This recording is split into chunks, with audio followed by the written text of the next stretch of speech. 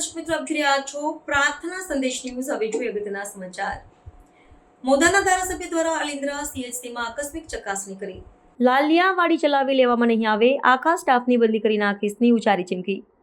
Alindra CHC અધિક્ષકના દાડા ભરાઈ ગયા હોવાની સિદ્ધિ આપી ચેતવણી. અલિન્દ્રામાં ડિલિવરીના કેસોને અન્યત્ર મોકલી દેવામાં આવતા હોવાની ફરિયાદો મળી હતી. મહુધા ધારાસભ્ય સંજયસિંહ મેડા દ્વારા કરવામાં આવ્યું ચેકિંગ. ધારાસભ્ય દ્વારા સ્ટાફની હાજરી અંગે કરી તપાસ. ધારાસભ્ય દ્વારા અનિયમિતતામાં ધ્યાન ન આપતા ગરીબ દર્દીઓની સેવા સાથે કોઈ સમાધાન નહીં તેમ જણાવી ખુલાસા માટે ટાઈમ આપ્યો. સમગ્ર બાબતને પોતાના ફેસબુક ઉપર શેર કરી વાસ્તવિકતા. રિપોર્ટર પ્રતિક ભટ્ટ, નડિયાદ. એ તમને ખ્યાલ છે કે નથી? હા, સિસ્ટર છે ને, સિસ્ટર છે. 3 સિસ્ટરો હાજર. સિસ્ટર તો અત્યારે તો એક જ છે. અત્યારે સિસ્ટર એમની નોકરીનો ટાઈમ કયો?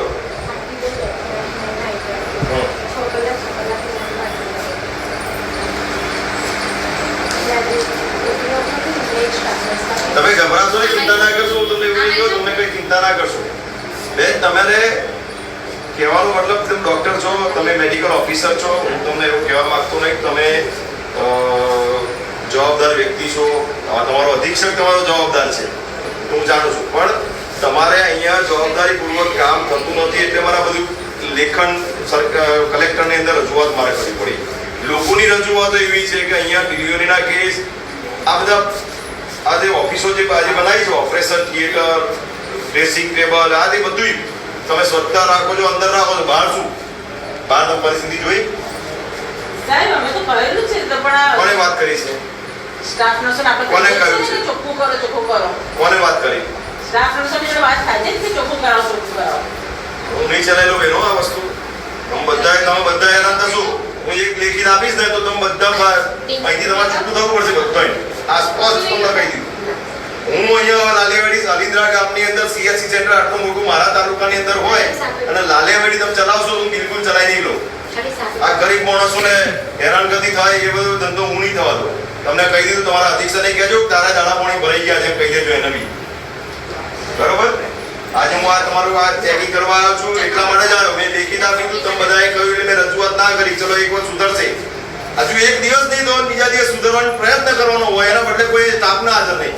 પેલો રાજુ આવીને બધી ભલામણો કરે, પટાવાળો, એ બધી નહીં ચલાવ લેવું બેનો. તમારી જવાબદારી બને છે, કાયદેસર રીતે તમારા બધાની જવાબદારી બને છે. ગરીબ માણસ હોય, મધ્યમ વર્ગનો હોય કે ગમે તે કરોડપતિ હોય, એની જે ટ્રીટમેન્ટ જે ગરીબ માણસની થાય એની જે ટ્રીટમેન્ટ કરવાની. પણ ટ્રીટમેન્ટ જો ના થાય તો પછી તમારે ના કરો તો પછી CHC સેન્ટરમાં તમારે બધાને કોઈ રહેવાનો મતલબ જ નહીં. નર્સો એમની જવાબદારી નિભાવે છે, હું જાણું છું. તમે તમારી જવાબદારી નિભાવો પણ અહીંથી રિપર કેસ થાય છે.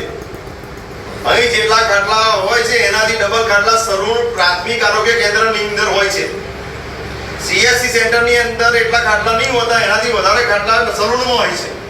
એનું કારણ શું? એનું કારણ મને ખુલાસો મને જોઈએ. આ 2-3 દિવસ તમારા અધ્યક્ષ આવે ને અધિક્ષક, એને કહેજો મને આનો ખુલાસો આપે, નહીં તો બધાનું બદલી નાખી છે. 1 મિનિટ નહીં થવા દો, 1 મિનિટ. અને કોઈનું ચલાવીશ નહીં. 1 મિનિટ નહીં થવા દો. બધાને રજૂઆત કરી અને તમારા અધિક્ષકને કહેજો કે બધાનો ખુલાસો કરે. નહીં હું કોઈને નહીં આપું, બધા નવો સ્ટાફ મૂકી દઈશ. મારો ગરીબ માણસ કોઈ હેરાન થશે તો હું નહીં ચલાવી લઉં. પ્રાર્થના સંદેશ ન્યૂઝની તમામ લેટેસ્ટ અપડેટ્સ માટે ચેનલને હમણાં જ લાઈક, શેર અને સબસ્ક્રાઇબ કરો.